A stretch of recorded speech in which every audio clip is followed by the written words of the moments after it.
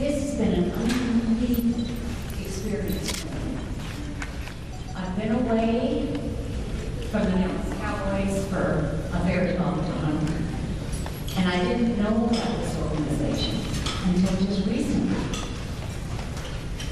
But I'll tell you what God wanted me to know. Yes. He wanted me to know, He wanted me to come here and meet you all and feel what you're feeling, because I was never a cheerleader. I don't know what you know. I know what I told my girls to.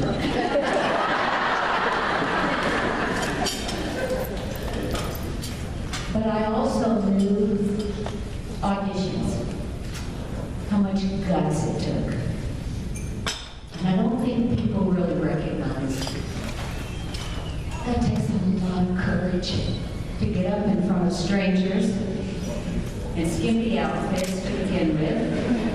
You're young, usually. And what do they even know to expect from it? And I think that's where I took my clue and felt my responsibility was. That these ladies were stepping into a world they knew nothing about. They were becoming celebrities overnight. The public would be at them, the press would be at them. How did they handle it? They needed to have boundaries, have rules, have regulations. And I've had a lot of different names that I think that in Japan, the chairman of Mitsubishi Motor Corporation called me Dragon Lady.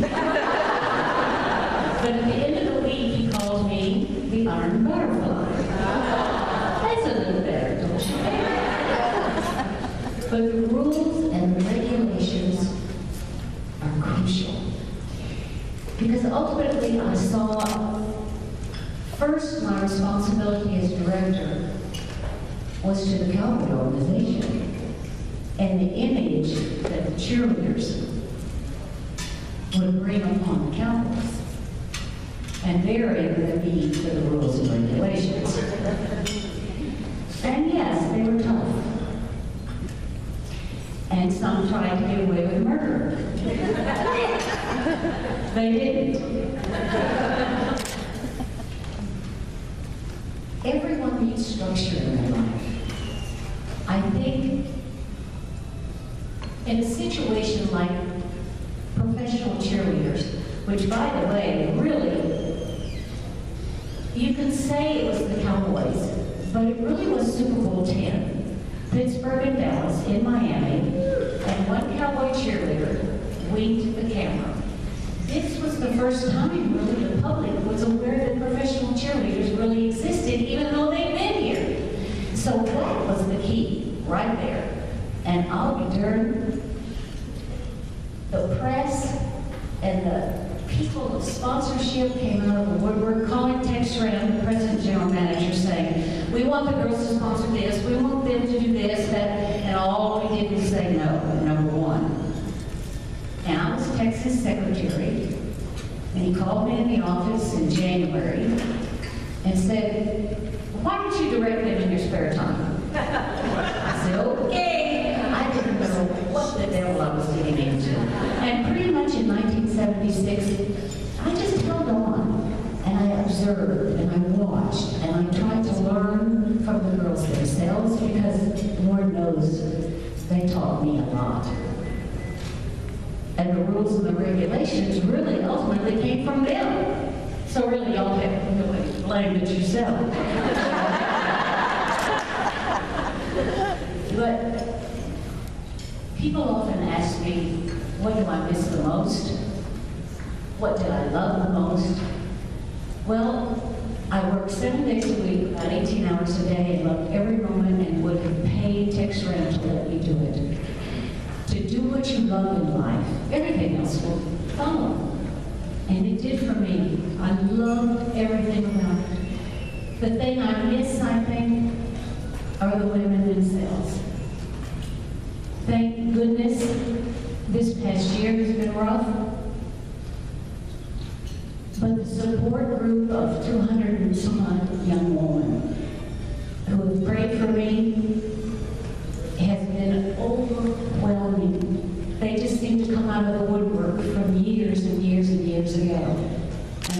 part of the sisterhood that the other speakers have been talking about. That's that connection when one of you is in trouble. You go and you help and you reach out and you pray for them.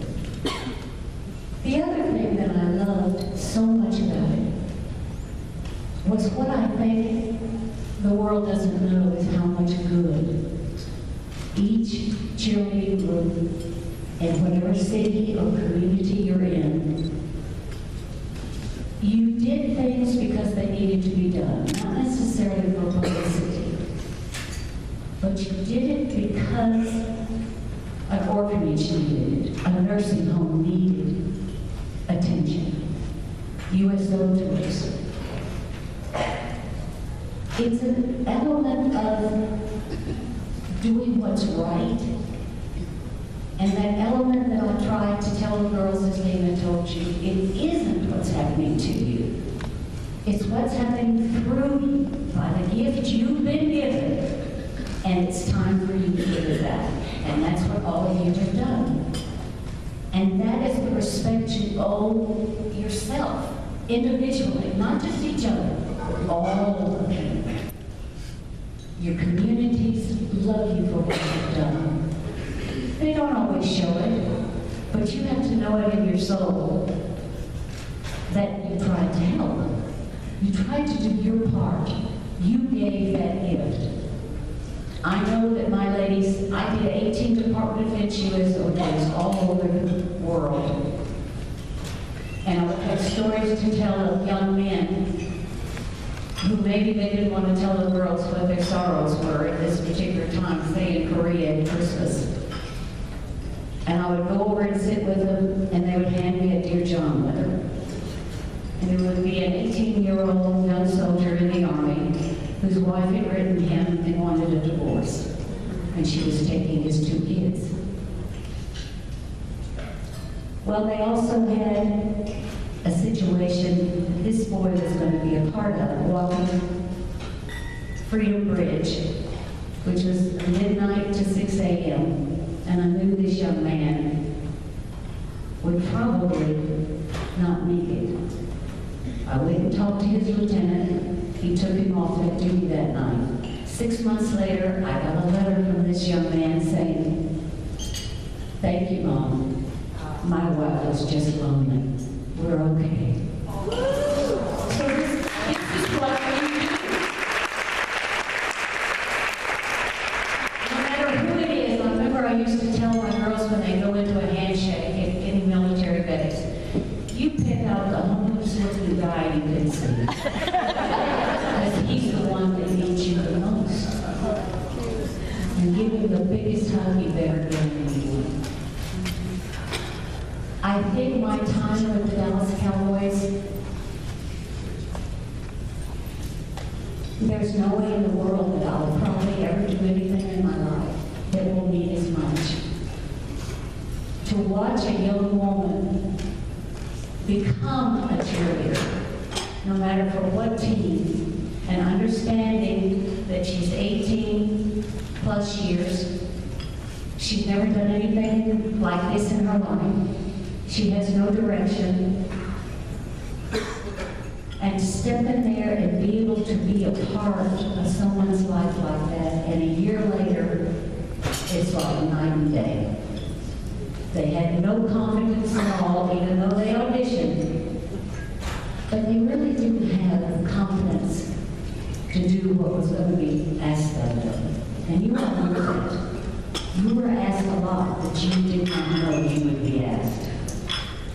And as directors, we ask a lot. I know that we had what we called our band rehearsal. And this would be on a very hot Texas night that the band would play and the girls would do their sideline routines. No water, no nothing, trying to get them used to the Texas heat. One of the girls said, "Suzanne, I need to go, I'm going to throw up." I got up in front of her, stood right in her face and said, "If you throw up, you'll throw up on me." Did she throw up? Because there was more to her than she knew. she was capable of more than she knew. And that's all part of it. And that's what you all found out about yourselves, how much you were capable of doing. And now you've taken it into your life after cheerleading, with your families, with your children, with your grandchildren. How wonderful is that, to be able to give back through you all that you experienced, and maybe even your daughters will become a part of something as wonderful as professional cheerleading. God bless you all. Thank you for coming.